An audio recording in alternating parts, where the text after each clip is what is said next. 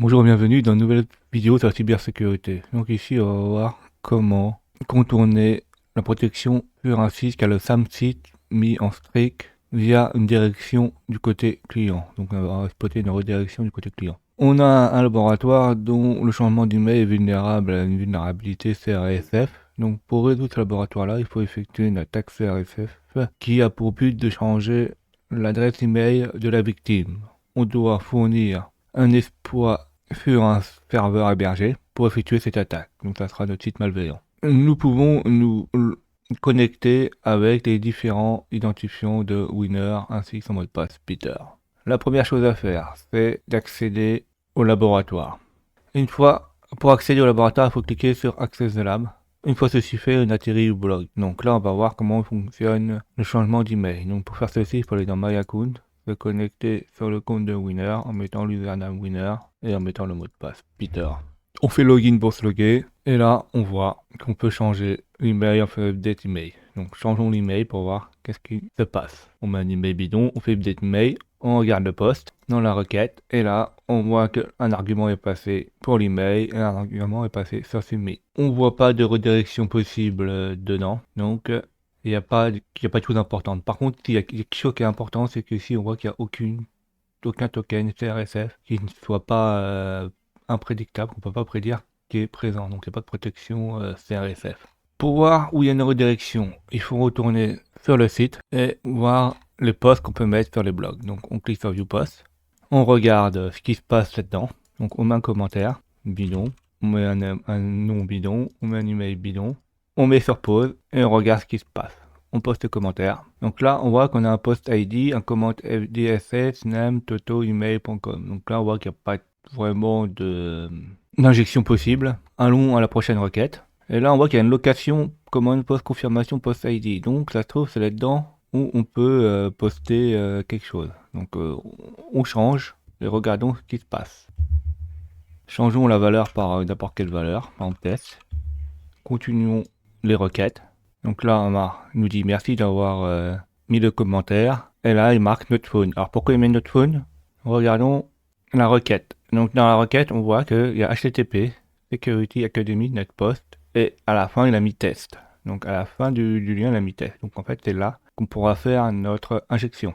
Donc refaisons un test en mettant par exemple notre compte.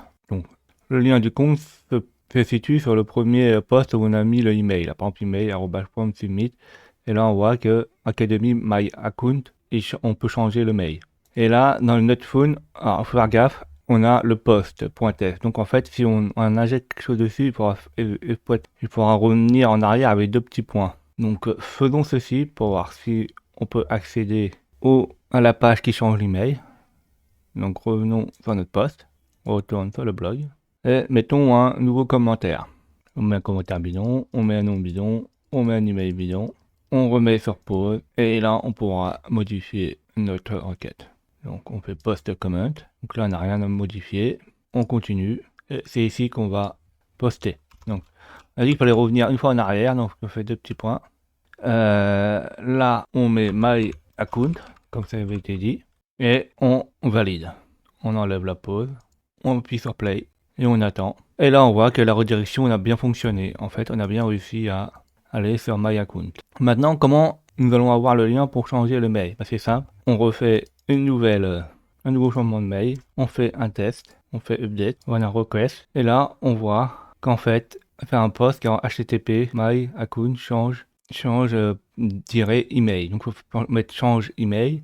Et il faut passer les arguments. Alors comment passer les arguments? Et ben en fait, il faut mettre ça en get. Donc pour mettre en get, il faut faire clic droit, open, request switch, request editor. Et là, la méthode, là, on la met en... On fait un copier, alors on fait un copier-coller. Donc en fait, nous, on a juste besoin à partir de my account change email.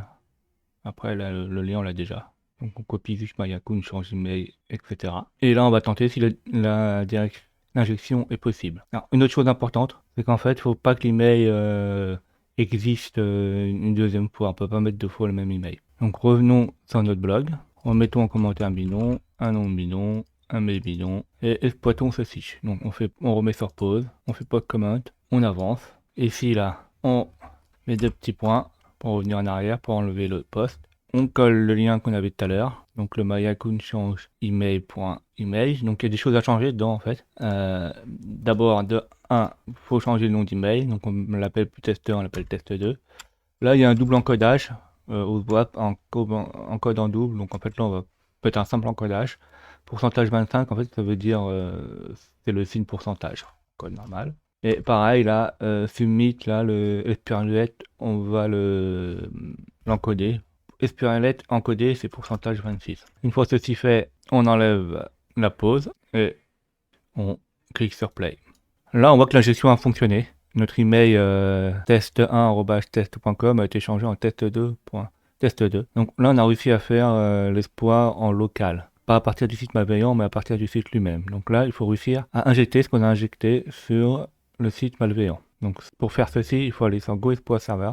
Là, body, on dit que c'est un script, donc c'est un script qui va injecter ceci. Donc, on fait un OK. Et ici, là, on va changer l'URL. Donc pour changer l'URL automatiquement pour une direction, il faut faire document, location, on fait égal, et 2 apostrophes. Et là-dedans, là, on va mettre le lien qui permet d'injecter. Donc le lien qui permet d'injecter, bah, c'est juste le lien qu'on a injecté tout à l'heure. Donc pour retrouver le lien, on l'a mis dans un get, dans un requête, et c'est le lien qu'on a injecté. Alors, donc là on avait le post, et après le post là, le dernier post, juste en dessous, on avait injecté le lien. Donc HTTPS, web security, net post command, my account, change email, et ceci. Donc là, ça, il faut le récupérer. Il faut faire copier. Donc ça, c'est le lien qu'on a fait en local. Maintenant, on va faire sur le serveur. On fait coller. Il y a une chose importante que j'ai dit. On peut pas avoir deux fois le même email. Donc là, par exemple, on met un autre email. On met test3. Et normalement, si on délivre l'espoir, ça devrait changer l'email en email test3@test.com. Donc on clique sur deliver exploit to victim. Donc là, on voit que ça n'a pas changé. Donc attends, là on met test 4. Alors des fois ça marche pas. Et il faut mettre sur view exploit. Donc on met test 4. Et là, quand on met sur view exploit, ça résout le laboratoire. Et on est bien mis en test 4, test 4. Alors, ça c'est un petit bug du laboratoire. Parce qu'en fait, des fois, il n'attend pas que l'exploit soit mis en route, il regarde juste le code à l'intérieur. Donc si ça fonctionne pas en faisant deliver exploit, vous mettez sur view exploit et ça fonctionne. Donc là, il faut faire super attention. Il faut pas négliger les redirections sur les sites qui permettent de faire d'activer les failles CSRF. Merci d'avoir vu cette vidéo. N'hésitez pas à mettre des pouces bleus et à vous abonner.